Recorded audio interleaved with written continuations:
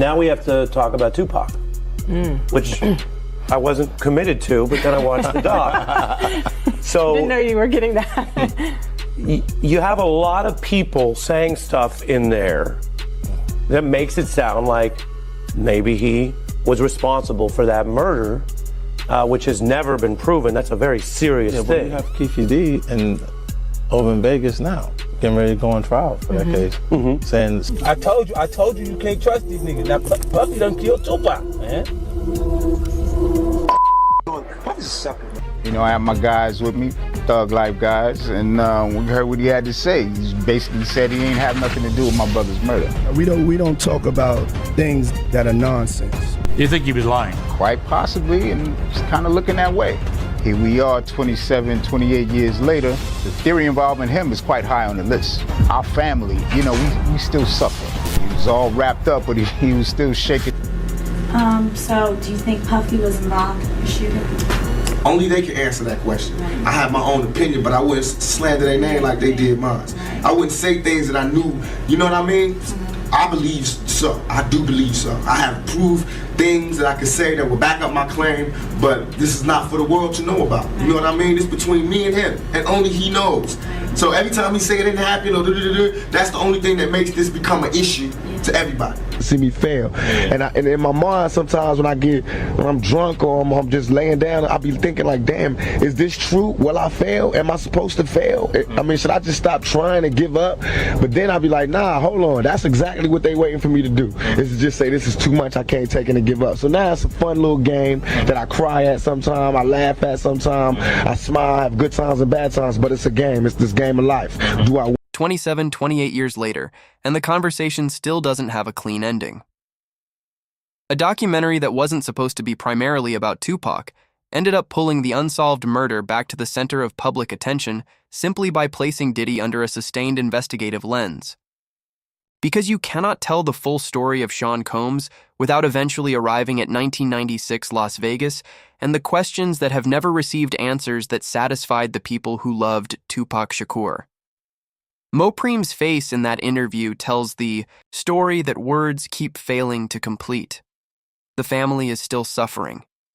The man they lost was still shaking in his final moments, desperate to communicate something to the people around him. And 27 years of official silence from everyone who might know what that something was has produced exactly the kind of unresolved grief that a Netflix documentary can ignite with a single well-placed interview. It's kind of looking that way. Here we are 27, 28 years later. The theory involving him is quite high on the list. Our family, you know, we still suffer. He was all wrapped up, but he was still shaking the bed. He really wanted to tell me something. I'm assuming it was something that had to do with the hit. I get the feeling quite strongly that you don't believe Diddy. I don't think you believe a word of it. It seems like he got a whole bunch of power, like absolute power. Absolute power corrupts absolutely. Heavy is the head that wears the crown. What's your message to Sean Combs? Tupac Shakur was American hip-hop's brightest light until he was shot 4 times in a drive-by attack in 1996. His death shocked the world, and Tupac's legend has only grown since his murder, along with the fever of speculation about who planned it, who ordered it, and who did it. For 27 years, it was one of America's highest-profile unsolved crimes, until finally, a year ago, Dwayne Keefe D. Davis was charged. He'd bragged about being inside the Cadillac from which the fatal shots were fired, albeit not by him, and awaits trial as the last surviving suspect. But there are many unanswered questions and a tangled web of claims embroidering notorious figures and an infamous East Coast-West Coast gang rivalry. Many people speculate that this web entangles P. Diddy. Sean Combs is, of course, facing trial on a battery of charges, including sex trafficking and racketeering. With his alleged crimes under the spotlight, members of Tupac's family have this week hired an investigator to examine the links between Diddy and the murder. And joining me now is Tupac Shakur's brother, Mopreem. Well, Mopreem, thank you very much indeed for joining me. Good afternoon, good morning, good evening. I don't know what time it is there. It's like early evening in the UK. Are you in LA? Currently. Yeah. Shout out to all of my people across the pond. Well, it's great to have you here on Uncensored. Be very keen to talk to you because obviously a lot has happened to P. Diddy in recent weeks. He's now languishing in prison. Let me start, first of all, your reaction. What the documentary accomplished, that previous treatments of the Tupac murder hadn't, is structural rather than revelatory. It built a timeline, not a collection of individual accusations or competing theories, but a coherent sequence of events that placed specific people in specific locations, making specific decisions that produced a specific outcome. The East Coast versus West Coast. Narrative had always functioned as a kind of cultural shorthand that obscured the granular details, the business disputes, the publishing deals, the specific relationships and loyalties that determined who stood where and why. By walking through that granular detail with people who were actually present, the documentary forced the audience to move from the abstract to the specific. And in the specific, Diddy's name kept appearing in ways that the abstract had allowed people to overlook for decades. Since Netflix Diddy documentary is how he built a timeline off of this information. And one of my favorite parts of this documentary is them really getting into the timeline of events when it comes to Tupac and Biggie. And it really gives us a lot of perspective from people that were close to the situation, and a lot of people allege in this documentary that they believe that Diddy was very jealous of Tupac. And they pretty much go through everything from the quad incident and Tupac believing that Puffy was behind it, like he said in the Vibe interview, and they lay out this whole timeline of the downfall happening perfectly, in my opinion. We are even hearing from Greg Kading, the detective that worked on Tupac and Biggie's case in this documentary. He is the investigator that did that proffer agreement with Keefe D way back in 2008, where Keefe D alleged that Diddy tried to offer him $1 million to take out Tupac and Suge Knight. And Tupac's trial with Keefe D is coming up very soon in early 2026, and we know that Diddy's name has been dropped at least 200 times during these proceedings already. So this is one case that I am definitely waiting for and I am going to cover. In Keefe D's 2008 proffer agreement, he alleged that Diddy's friend Zip Martin is the one that gave him the weapon that was used to take out Tupac. And Keefe D told the investigator Greg Kading that Zip Martin had a special compartment to keep this weapon in his car that he drove to Las Vegas. And in this documentary, we have Greg Kading confirming that Zip Martin did drive the same type of vehicle that Keefe D alleged to Las Vegas this night. And then during this documentary, we heard from the former president of Bad Boy, Kirk Burroughs, who alleged during this time, Diddy had him hiring a whole bunch of people and getting cars to drive to Las Vegas. And he is now very curious into why Diddy wanted to do this. And he said in his opinion, he now believes that Diddy... You know, there was the rumor that after Pac got killed, Puffy gave Zip $1 million that was supposed to be handed over, and Zip ended up keeping it. And I remember when I interviewed TK Kirkland, who was actually roommates with Zip at one point. They were that close. He actually said, yeah. The Fed said that too. He said that shit actually happened. Well, the story that has circulated was that after Tupac got killed, Puffy allegedly gave the money. I heard to Zip. Yes. And Zip was supposed to give the money to Keefe in there. Yes. But he never gave the money to him. But thank God he never gave him the money, right? Think about it. If he gave the money, Puffy will be in prison now, money for hire, a murder for hire. So thank God. It's just a true story. I'm not saying yes or no, but if he... Greg Kading's appearance in the documentary is the moment that separates it from previous coverage of this story in terms of evidentiary weight. Kading isn't a theorist or a journalist or a family member with grief driving their account. He's the retired LAPD detective who conducted the actual investigation and who obtained the 2008 proffer agreement in which Keefe D described the circumstances of the murder in exchange for immunity. Kading confirming on camera that the same vehicle Keefe D described, the one allegedly used to transport the weapon to Las Vegas, matched what investigators independently confirmed about Zip Martin's presence that night is the kind of corroborating detail that makes an account feel differently than testimony that stands entirely alone. Kirk Burroughs' retrospective assessment that what Diddy had him doing in the lead-up to that night, the people being hired and the cars being dispatched to Las Vegas, now makes him believe Diddy was behind it, is the insider testimony. that the documentary's credibility rests most heavily on. Murder for hire, and Puffy would be locked up. The FBI said he's a dirty motherfucker. Yeah, and he even said that, like, in retrospect, that was probably the best thing that could have ever happened to Puffy.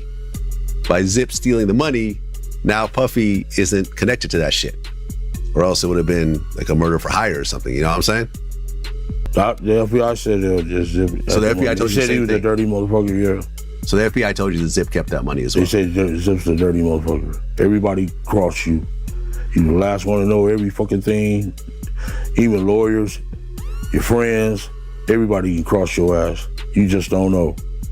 Even the dudes you was riding in the car with every day, like a low jack. Like, what the fuck? Yeah, well, I mean, like I said, Zip had a history of ripping people off. Yeah. He never ripped me off. Well, otherwise he wouldn't have. Did he technically do? I mean, if he kept the money that supposedly. True. So actually, he ripped you off for $1 million. Yeah. If that's what happened, yeah. They sure said it. The FBI said that. The people down, U.S. attorneys, all that. They said that.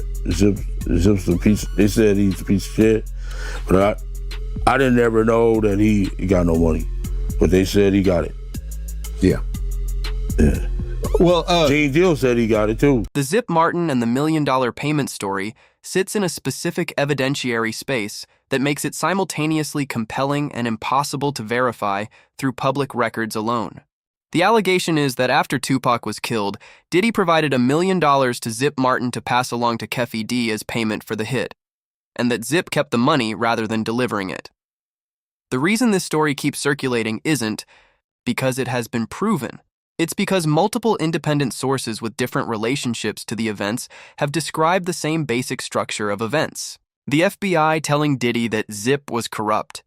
Gene Deal describing hearing the same account from people who were in positions to know. T.K. Kirkland confirming he heard the same story. Each individual source can be questioned. The consistency across sources who weren't coordinating their accounts is the thing that keeps this particular thread alive in the conversation, despite the absence of documentary proof. Like that. And that's for real, for real. You understand? I'll be like, yo, when I had to, because most of the time, I would walk some of them to the door, walk them to get their cabs or whatever like that. Or, take them down there so they can get their cabs and everything like that. And I'd be like, I'd be laughing. I just kept a smile on my face when it came to that shit. Because I know for a fact, because he said it himself. He said, I don't know how to talk to women. I don't know how to talk to girls. You understand? I said, you don't have to know how to talk to nobody. You're a millionaire.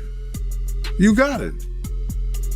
So he was jealous of Pac because Pac ain't had to do that. Pac had that aura, you know what I'm saying? And he probably knew how to communicate with women. And most women who he talked to that said stuff said about him. You understand? Like, and we talk about the whole incident of the Quad Studio shit. Like in the documentary, they was talking about that, right? You know what I'm saying? They talked about the Quad Studio shit, but they didn't mention the fact, and they left it out, that Big and C's did not know that Puff and Andre Harrell was in Jimmy Henchman's office the day Pac got killed. I mean, the day Pac got shot at Quad Studio. Let me repeat that again so it don't get mixed up in the whole thing. They did not mention that Andre Harrell and Puff Daddy and Jimmy Henchman were all in the office together. Puff was on the office because he was trying to spy on Big them, because Big was writing the Junior Mafia stuff and Puff had his publishing. I told this to a couple of people before, I said it before, and you got people that's running with it like they knew the story in the whole 9 yards. You understand? They'll lie and you ask them, how do you know that? Who told you? They couldn't even tell you that. They'll tell you some lie, they did some kind of investigation, but it didn't happen like that. You understand? Puff was there to spy on Big because he had owned Big Publishing. And Big had turned around, and the same people who helped Puff get Big Gene Deal's account of what was allegedly happening at Quad Studios on the night. Tupac was shot in 1994 is the detail the documentary left out that he believes changes the entire picture of that event. Not just that Diddy and Andre Harrell were present in Jimmy Henchman's office that night, which has been a matter of public record and discussion for years, but his specific interpretation of why Diddy was there. The publishing dispute, Biggie's junior mafia work and who owned those rights. Diddy allegedly being present because he was monitoring what was being written and recorded, not because he had any connection to what happened to Tupac in the lobby. Whether that account is accurate is something only the people who were there can speak to. What it represents in the broader narrative is the presence of a financial motive that operates separately from the East Coast-West Coast framework, and that connects specific business interests to specific people being in specific places at specific times. Mo Preem's belief that if Biggie had maintained the distance from Diddy that he and his team were apparently keeping before the LA trips, the outcome might have been different. That's not an accusation. It's a grieving brother's reconstruction of the chain of decisions that led to a devastating... When I don't come to Puff like that, you understand what I'm saying? Every time I told Puff something was about to happen, it happened. You understand? We had a party with ODB now. And at Luke's club, yo Puff, they about to start shooting up in this joint. How you know, Gene? Bruh, I know. In your opinion, man, do you think Biggie would still be alive if Puffy would have listened to you? I think, in my opinion, Big wouldn't have got killed that night. To say if he would still be alive, I don't know that. I don't have a time clock on somebody's life. And we know, nobody knows. God, you know, it comes to death comes like a thief in the night, man. We don't know what's going on and when it's gonna happen. But I truly believe that if Big would have stayed to his guns and not F with Puff like he was doing at first, not coming to none of the parties we was at. Did you hear what Lil C said? We wasn't even messing with Puff. We was doing our own thing. If they would have stayed with doing their own thing, maybe be still alive. Cause Big was a big star. Show me one picture out in LA, since they was going to all kind of clubs and all kind of spots and all kind of restaurants, that somebody got them with them. Did somebody got those pictures with them?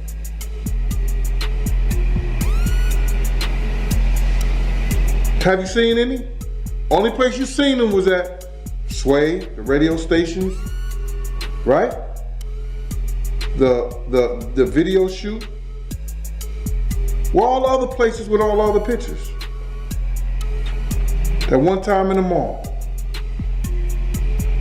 But they was out there 2 months, going to all the stations and everything. See, I think that what we're looking at is this, is that two men with two great egos that got all the money in the world. Now see, night. The absence of photographs of Biggie out in Los Angeles before those final trips. The observation that they were out too much, going to too many stations and clubs and events, increasing their visibility in a city where the environment was actively hostile. And the underlying suggestion that Diddy's orbit created exposure that Biggie's own judgment, left to itself, might have avoided. That's a complicated and painful thing to believe about your brother's death.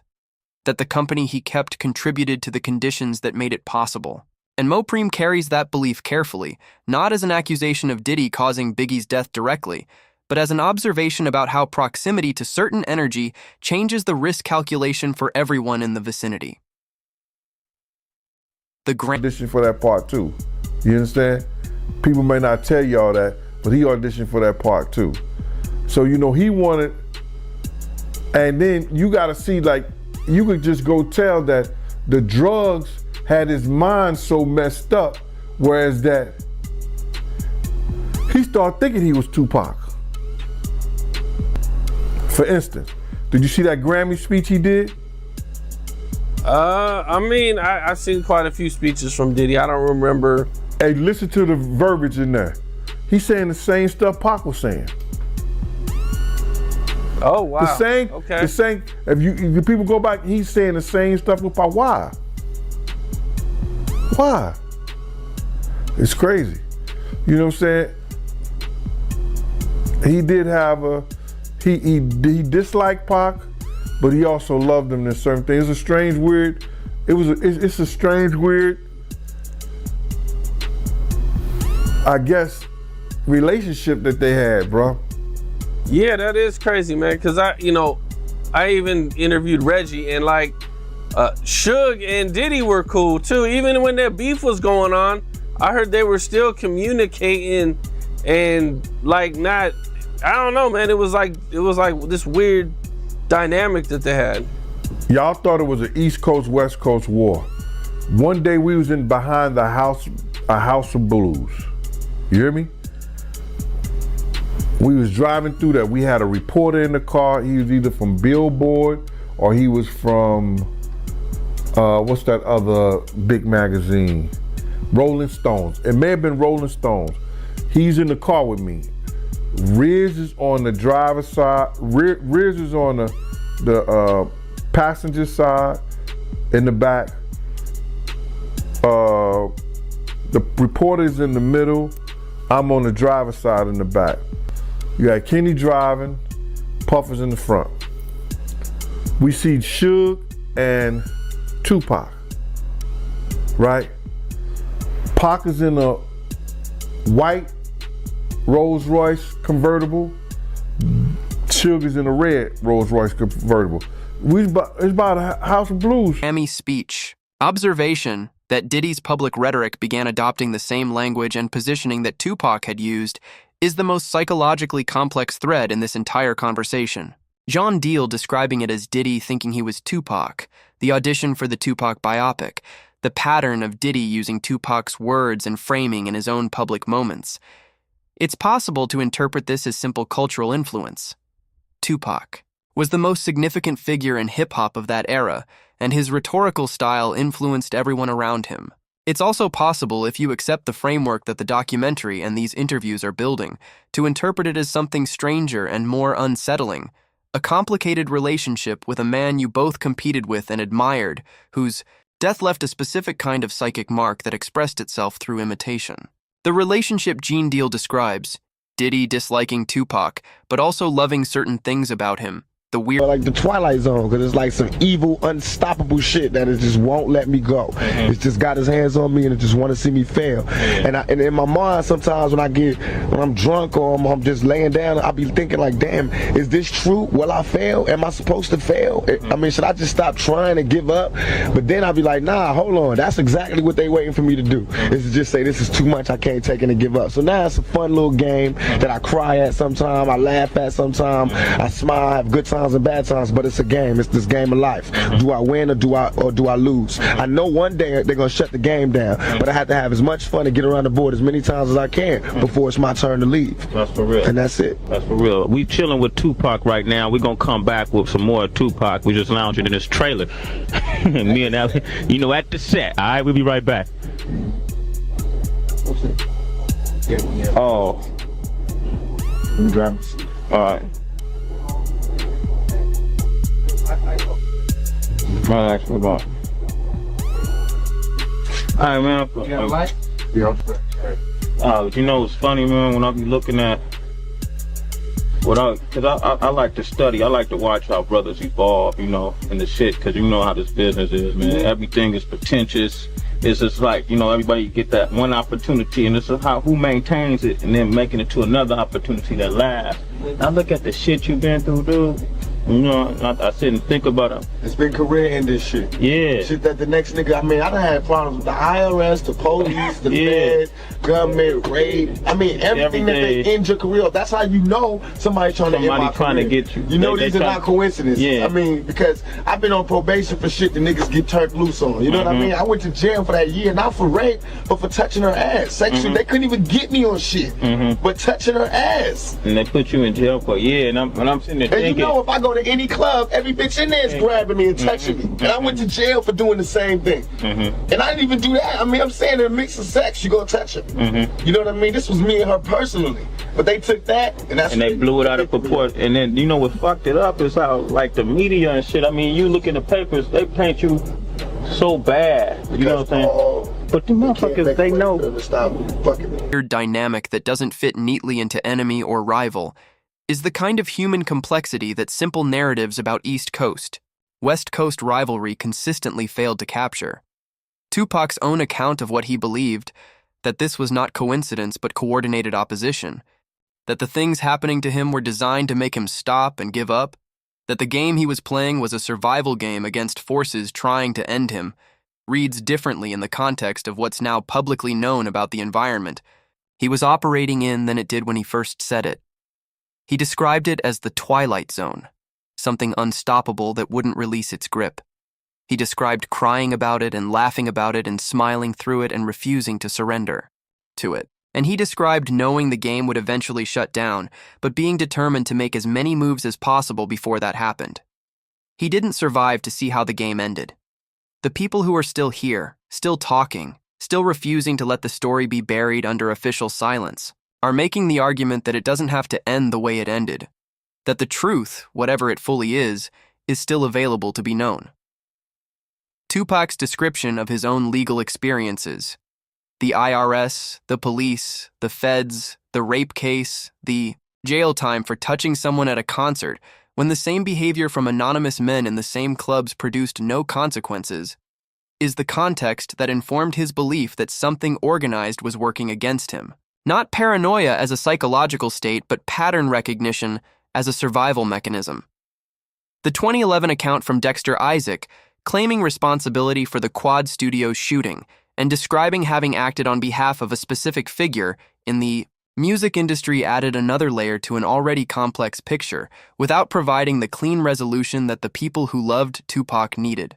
What it confirmed was that the event was not random, that specific decisions by specific people produced that specific outcome, and that the full picture of who made those decisions and why has never been completely drawn in public. The documentary opened that picture back up. The trial of Kef D opened it further, and the questions that Tupac Shakur and everyone else who lost someone that night are still asking, demanding, really, suggest that the picture won't be allowed to close, again until it contains the full truth.